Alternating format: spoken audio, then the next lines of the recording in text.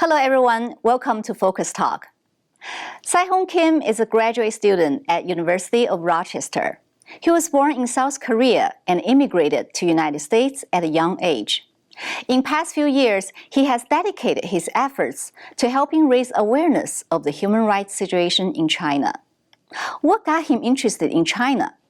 Today we have invited Mr. Kim to come on the program to share his personal stories and his journey in discovering the truth. Hi, Se-Hong Kim. Welcome to our show. Thank you very much. It's a privilege to be here. Thank you, Se-Hong. So I know that you have a lot of things to share with our audience today. But first, could you tell our audience a little bit about yourself? Like, when did you immigrate to U.S.? Where did you study? And what are you currently working on? So firstly, again, thank you so much for having me here. It's a great honor. So where to start? I came here to the United States at the age of 9, and since then I have had a really good opportunity and a huge fortune, personal fortune, in terms of just being able to live in this country that just gave me a lot of opportunities in many ways. And so I went to the University of Rochester for my undergrad, and where I've also continued on for my grad programs in higher education. Mm-hmm. And up until, I would say, college, start of college, I was actually in a very different ball field in terms of what I believed in and what I thought to be true at that time. So and now, just setting everything aside for a second, I am proud to be working in the position that I am right now, and hope to just achieve a lot more than I have before. So, great. One word. You're the director of a subcommittee, right? Can you tell us a bit more about that? Sure. So the Committee on Present Danger China is the actual committee that I'm working for. And under that committee, the Captive Nations Coalition, which is a coalition that I'm heading as a director currently at the moment, that is the specific organization that is in place. And I would even say that it's pretty vibrant right now. It's becoming a lot more prominent day by day, thank God. And it is a coalition that really has been trying to achieve a lot of things that I would say was once a dream. And it's been an honor just heading that up until now. Yeah. Cool. We'll talk about it a bit more later. So first, I want to ask you this question. As someone who was born in South Korea and grew up in the United States, what got you interested in China? Well, I guess as the saying goes, every kid was a nut for something. And when a lot of my friends at the time were interested in science, math, and other subjects that are out there, I was always a history nut. And one of the things that interested me the most was actually Chinese history. I remember when I was a kid, my father actually bought a children's sort of history book regarding the history of East Asia, and I noticed how big part the Chinese civilization really had, and I think that's where the big interest actually came in. And I was actually fortunate enough to be introduced to the ideas of Confucianism as well as Buddhism that played a role in this whole buildup of the Eastern civilization, as they call it, right? And so that's where the initial interest started. And as years progressed on, I actually became a lot more interested in the Chinese government, actually. Wow. So I think you have, because I read some of your past interviews, it seems like you have, because once you become interested in China, you have read books, you have watched videos, and you've basically spent a lot of time to understand China and Chinese culture. So what was your initial impression of China come from? Well, As I said before, history was a huge part of it, and everything that really built up China of what it was 10 years ago, or even what it is now, truly just fascinated me. And it got to a point where I started to look at, the perspectives, the current recent perspectives that are placed in the world by none other than the Chinese Communist Party. At that time, when I was in high school, particularly, that was the time when I started to study about China a lot more in depth. But when I say China at that time, it was the achievements of the Chinese Communist Party. And the reason was because I actually was one of many people that are out there that pretty much accepted this narrative that Chinese Communist Party is China. And that Chinese Communist Party is the reason why China became as big as it is today. And so I think I judged by what I saw in front of me, and I was extremely fascinated. And that led me to study a lot more about the government aspect of it. So is it fair to say that a lot of your initial impression of modern China came from maybe the videos produced by CCTV or the books published by the government? Oh, absolutely. CCTV was a huge part of my inspiration. Not only that, I think the narrative that we see on general media, right, about the achievements of China, right. I heard the words Jiang Zemin for the first time. I remember back in 2008, and how Hu Jintao was actually in power, but a lot of people, including a lot of the Chinese international students that I was able to meet at that time, even, were saying, the Chinese Communist Party had a great leader, and it was called Jiang Zemin, who actually led this economic modernity into the high quality of life that we see today, right? And so that's probably the reason why I was also very just enamored by everything that I was seeing online. So yes, CCTV was a big part of it, but also this general narrative of China that I was watching every single day, really. Yeah, and you told me that you believed in the narrative so much that you even advocated for the CCP when you were in the United States, and when someone from China saying something about the dark side of China, right? Oh yeah, absolutely. I actually remember. I would say I was actually one of those people that kind of drank the Kool-Aid for a time. And the reason was because I started to think and reason in the manner that the Chinese Communist Party was doing. Now, looking back at it, it's a lot more frightening than I realized. But I remember there was an instance in high school where in one of my history classes, we were just studying about the modern conflicts, right? And how it related to the conflicts of the past. And we were assigned to report on a conflict that we see in the world today and compare it with the conflict that was happening in the past.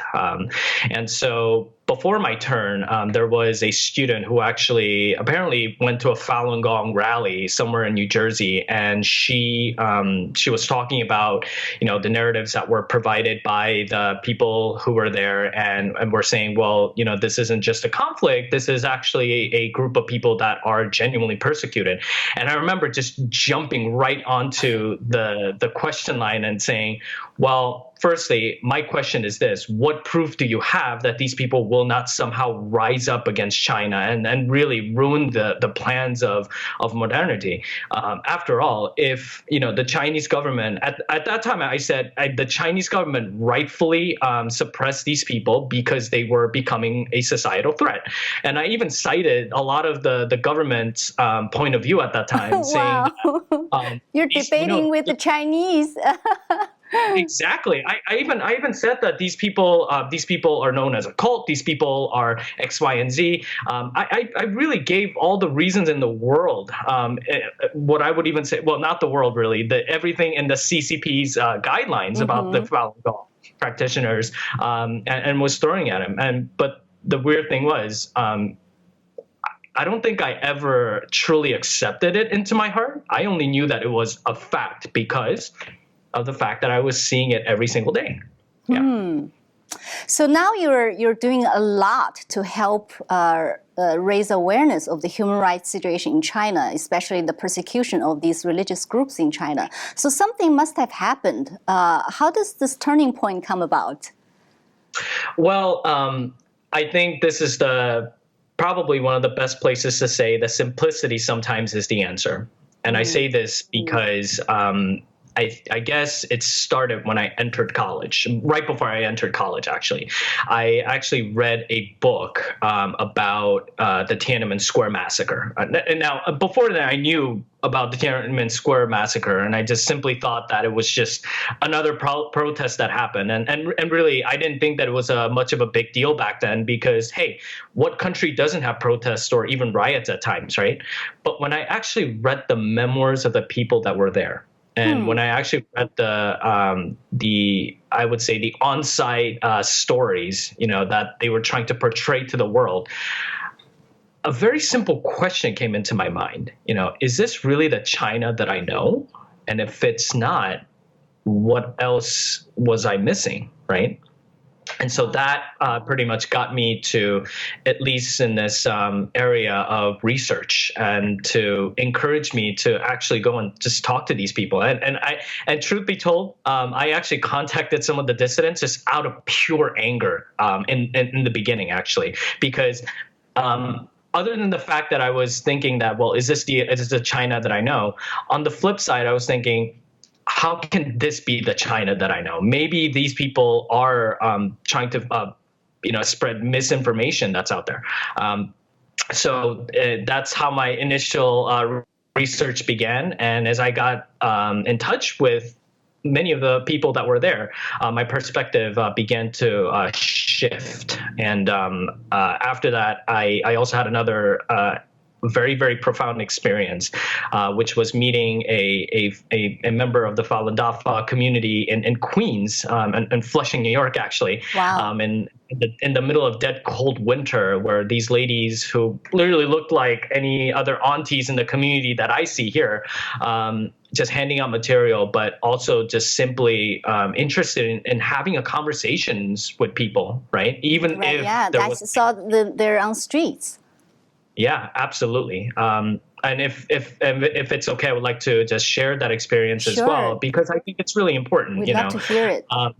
Exactly. So, I mean, firstly, it was funny because here I am in front of these people who I thought was just purely crazy, right?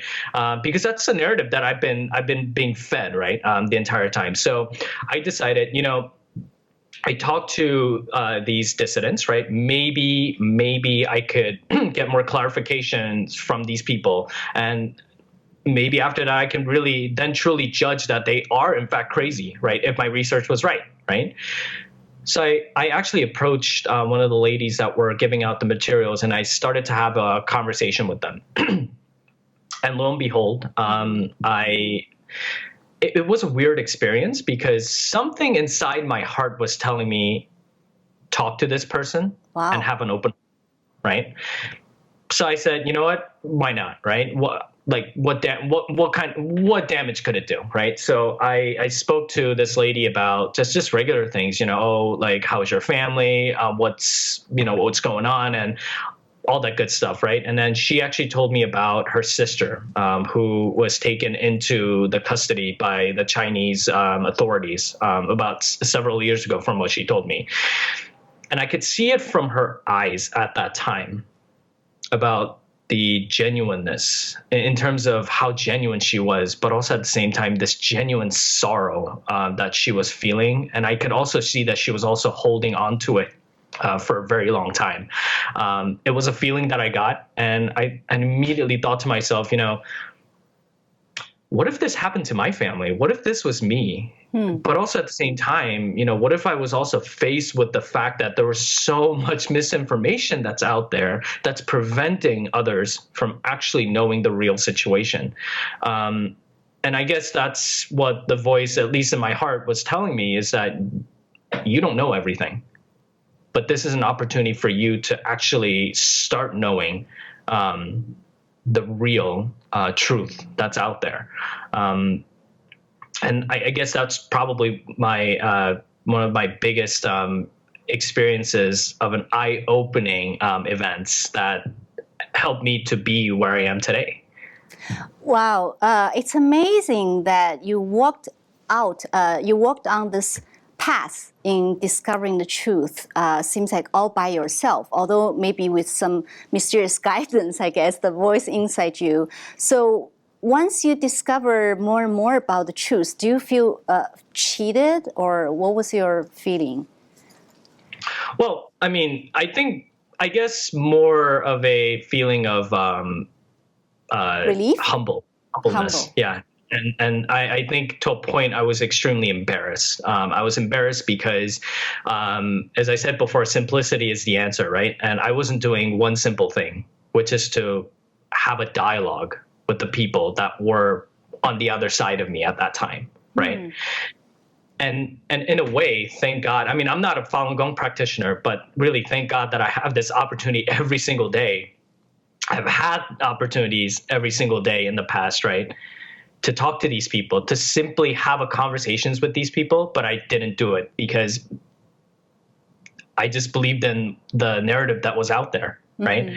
And I believed in this narrative that was out there because it was so glamorous and beautiful at times. I mean, you have to remember when the Beijing Olympics actually came into the picture, right? I was a kid watching it, on my TV screen, and it just looked magnificent. You see all types of dances, so many, colorful events that they were showing, and in my heart, I mean, that was China. That was the wonderful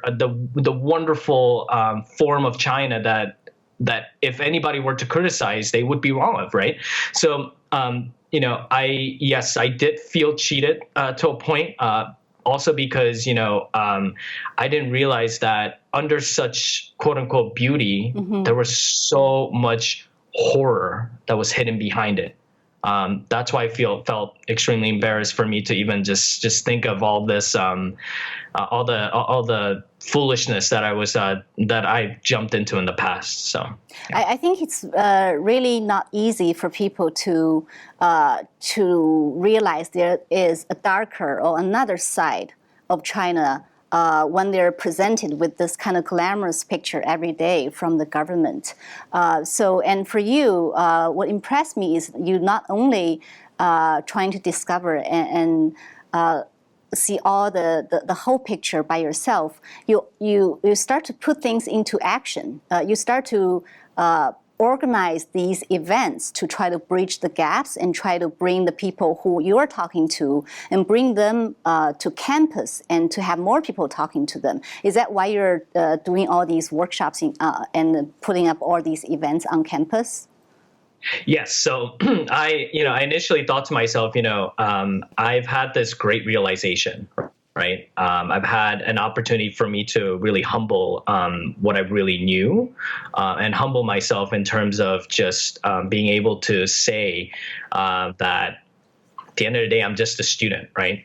And I was in a college environment and we are surrounded by students. And really, if you look at the core principles of a university, and even at that time, I said, well, if the principles of a university says that you must question everything, right? But everyone has to have an opportunity to at least judge for themselves, right? After looking at the facts, right? Mm-hmm. So I thought to myself, well, how many of me that may be out there, right? How many of Sehun's that are out there that that simply just listen to the narratives of the government and say, well, it looks like the truth, so I'm just going to go back to what I'm doing, right? Yeah, maybe without realizing, right, exactly, without realizing that you could actually do something, right? And so I wanted to at least provide an opportunity to my other fellow students to at least have that opportunity, right, to question things for themselves, but also at the same time have a dialogue with these folks that are truly oppressed, right? And mm-hmm. and then in turn also give them a voice as well, to talk to the younger generation, right? Because another thing is that you have to make sure, right, when you're in a free society, right, you have to make sure the next generation inherits the same opportunities that you do, if not anything, if not something that's better, right?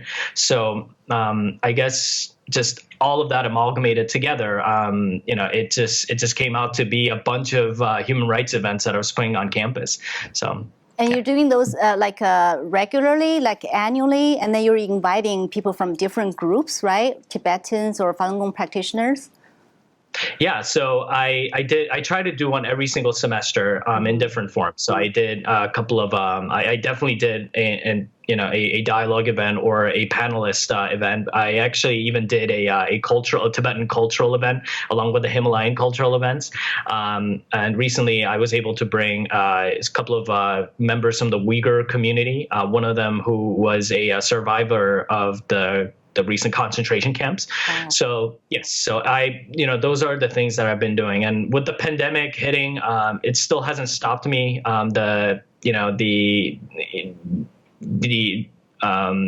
sort of outreach has still been going on. One of the things that I did was this last Ramadan, actually, I actually delivered a few packets of food to my friends in the Muslim community with a note saying that, please remember what's happening to the Uyghurs. And I remember that really connected everyone together, and everyone else who was aware of this outreach, they were also beginning to realize the horrors of the CCP. Many of them were actually calling me and saying, we didn't know about this whole Falun Gong situation. We didn't know about this whole Tibetan situation. Can you tell us more about it? Right. So that actually got more conversation going in multiple communities. And it really became an opportunity for me to just formulate this bond of friendship among so many people together. Right. To not only really address the threats of the CCP, right? Yep. But in a way, show the CCP that us, the outsiders, are uniting, and that we are never going to forget what they've done. Yeah, I'm sure a lot of communities they become they've known you more and more, and also among the Chinese students, they know you. It's one thing interesting is I read the article that talked about your personal stories, and in the article that was a report on Chinese Epoch Times. In the report, it says that these Chinese students, they had the emails going on between them, and they referred you as that Korean guy. Because you're the one who put up all these events, all these workshops that talks about the true situation in China. So I guess during the process, you've also met a lot of resistance, right, from these Chinese students.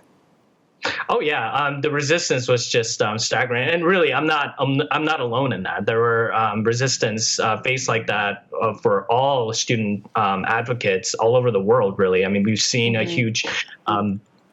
Case this past year in Australia, and I know a couple of the incidents happened in Canada and Britain as well, and many other places. So, however, I began to see them not as a resistance, really, but a genuine struggle. And what I mean by that is, it's also another challenge, at least for us who were born in a free environment, to come to a realization that we're all at the end of the day human beings, and that every one of us desire the truth to a point, right? And so when I saw this quote unquote resistance from the Chinese international students, I noticed that many of them weren't doing it out of anything that was malicious from the heart. Many of them were just acting out of emotion, or many of them were just acting out of just pure quote unquote patriotism for China, right? Without really looking at the other side, as I chose to do years ago. And so it was also a humbling moment because I thought to myself, well, who am I to get angry? Who am I to judge them when I was in the same exact situation as they were? Right? Yeah, you can really understand them, I think. Yeah, absolutely. And that's a humbling point that everyone needs to realize, is that at the end of the day, Chinese international students, that's why Chinese people in general are not our enemies, because look, we're all at the end of the day human beings, right? We all desire pretty much the same thing, right? To live in a free society, whether we realize it or not, right? And so I think the best way to at least get this sort of truth that's out there, you got to start with a conversation, and I think that's where a lot of the struggles came in, because a lot of the international Chinese students that I was meeting weren't simply ready for that, or were thinking that they weren't ready for that, but many of them actually turned around and said, you know what, let's have a talk. Yeah. I think I agree that a lot of these Chinese students, their reaction was probably spontaneous, like you said. It's probably a result of this long time.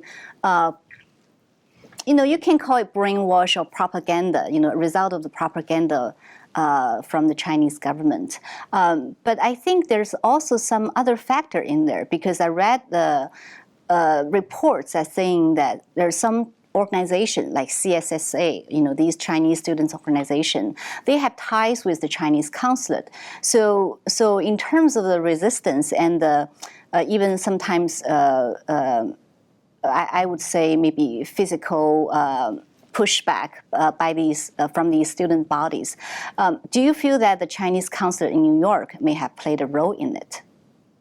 I think that's the role of Chinese consulates everywhere. It's been proven by many intelligence reports that were, I guess, at least the ones that were available, that Chinese consulates and Chinese embassy all throughout the world notorious for doing these type of operations. And I actually, one of the leaked WeChat discussions that was from a CSSA group in University of Rochester this past summer, actually, they actually admitted that they were a bridge between the Chinese consulate and the Chinese students at the University of Rochester. That may sound benign, that may sound like just another ordinary thing that's out there. But as per my experience, it's really not. And I know that it's really not, because a lot of the international Chinese students that I've met over the years, they showed a genuine fear to a certain extent when talking about these things. But I know for a fact that there's still hope. Regardless of any of that, because a lot of international students, on the other hand, actually came over to me and said, we want to have a discussion with you. We want to have a discussion with you because actually one of the Chinese students who came and had a discussion with me, his aunt was actually practicing Falun Gong, and then he said, hey, my family cut ties with her, but I used to love my aunt, growing up. And do you think you can, help me get more information about them, right? Wow. Information about what they do. So stuff like that really became an opportunity for me to at least not only start a conversation, but engage them in this environment, in our environment, where they can think for themselves. And I think the other insurance that they've got was simply with the fact that, before any event that I held in the past, right, in the past 8 years or 9 years, I would say it, I made sure to tell everybody in the audience to not trust anything that we were saying, don't trust a word that's coming out of the panelists, right? But on the flip side, I encourage everyone to do their research and make a decision based on what they believe is right or wrong, right? And at that point, till this day, I don't care what conclusion that they that they had after their research. The fact is, they took advantage of a free environment, right? Thought for themselves, right, and then judged what is right, and that I think was one of the biggest achievements of these events, because we live in a democratic society, and we should be living out the values of a democratic society, especially with those from countries that are under an authoritarian rule, right? Not because we're better or anything, right, but because we put them on on an equal scale as we do, right? And saying, if I have the opportunity to question everything and enjoy every part of democracy, I'm going to make sure that when you're here, at least when you're here, I'm going to make sure that A, you are protected, and B, right, you enjoy the same rights as I do. So it was an achievement that really achieved hundreds of more things, right, than one realized. So. Well, that actually was that is my next question, but I think you, in a way, you have already answered it, because you've been walking this path in the past 9-10 years. It's not an easy path, but I'm sure there are a lot of rewards, during this whole process. So what's the biggest reward, if you want to expand on that point? Well, the biggest reward is that these students had the opportunity, right, to enjoy this chance to really think for themselves, right? Mm-hmm. And again, I think the best reward is actually yet to come, because again, these are the members of the next generation, right, that will lead on whatever need to be led on back in China. And from what I know, many of them actually do go back to China and work in different sectors of society, right? And I think the biggest reward at this point is knowing the fact that they actually got the information, but also many of them, a great number of them actually became my personal friends, right? And then that happened also with a lot of sacrifices on my part. I was actually subjected to a lot of attacks. I was actually subjected to a lot of demonization, even in part a pushback by the school administration at one point. But all of that, I took that as a sign that the right thing is, at the end of the day, being done, right? So I guess if anything, I was able to cultivate a priceless relationship with these students, right? And I know for a fact that even if they hate me now, even if they hate everything that we presented right now, right, somewhere in their heart, they're going to remember that this moment where they had the chance to think for themselves, but also at the same time meet with all those who, quite frankly, right, were whom they considered to be a threat to China, right, and to know that they simply weren't a threat to China, but also a fellow human being like themselves. So yeah, that's why. Yeah, I think that's why freedom is so precious, because you had the freedom to access information from all different aspects, and you're free to identify and judge, make judgment. And I think the story you just shared, the students who wants to know more about his aunt, that shows me that you're making some very positive impacts, with all the things that you're doing. So now you have become the director of the Captive Nations Coalition, right, of the Committee on the Present Danger China. What's the next step plan? Well, one of the things that we're doing, because we are a coalition that's made up of folks from, I would say, East Turkestan, Southern Mongolia, Tibet, and really the rest of China, and Hong Kong and Taiwan as well.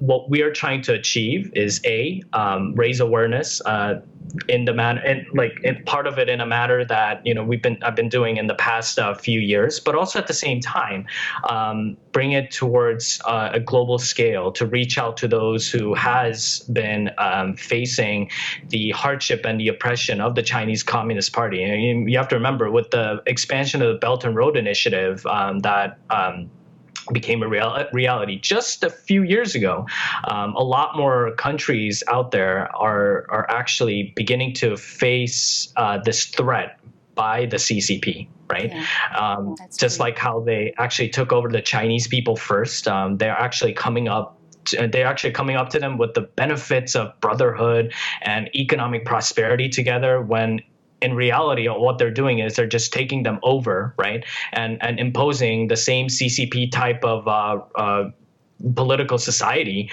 in their own lands, and people are beginning to feel a lot more threatened. And and that's one of the things that we did about a month ago. We actually held a meeting with the former Secretary of State Mike Pompeo, along with the Assistant Secretary Robert Destros and his the other advisor, Miles Yu, together. And this is something that we've discussed, and we've discussed that, there are communities, as you can see. So we brought delegates from each of the captive nations and said, these are the community members that are calling out for your help. Calling out for the help of all people in free society. And one of the things that Secretary Pompeo actually mentioned, even before we mentioned anything, was the organ harvesting issue with the Falun Gong community, of course, and really that expands to the Uyghurs now and so on and so forth. So we were given sort of this, I would say, indirect assurance that at least they know and that it is a grave concern. And I would even add that one of the people that we brought, her name is Kalbun Urkeni. She is a Uyghur whose family members are in concentration camps. And I remember Secretary Pompeo even reaching out to her and telling her towards the end of the meeting and saying, my wife and I will be praying for you. And lo and behold, just a few days ago, before he left office, the Department of State designated the Uyghur situation, or I would say the East Turkestan situation, as a genocide. And so that's another great thing that we were able to witness. But on a final note, in terms of what we're trying to do, is we're trying to also designate the Chinese Communist Party for what it is, which is a transnational criminal organization, and with the simple message to the world, right? If you want evidences of it, right, go talk to the Falun Gong practitioners. Go talk to the Tibetans, the Uyghurs, the Mongolians. Go talk to the people in the rest of China that are wanting the same thing that we easily enjoy here today, right? I think we owe it to those people. I think we also owe it to the people in Hong Kong, whom we have said, on a general sense, have said that we're standing with them. Well, if we're really standing with them, if we truly do stand with those in the Falun Gong community or the Tibetans and so on and so forth, then we must act on it, right? So that's what we are trying to achieve right now, and I'm very honored to say that it's going extremely well. Well, this is great. I think what you guys are doing are so important, and I hope more people will join your efforts. Thank you so much, Se-Hong, for sharing your story with us today. I think those are very inspiring stories. Thank you. Thank you so much. Honored to be here. Thank you. Okay. All right. Thank you so much for watching Focus Talk. That was my interview with Se-Hong Kim. We'll see you next time.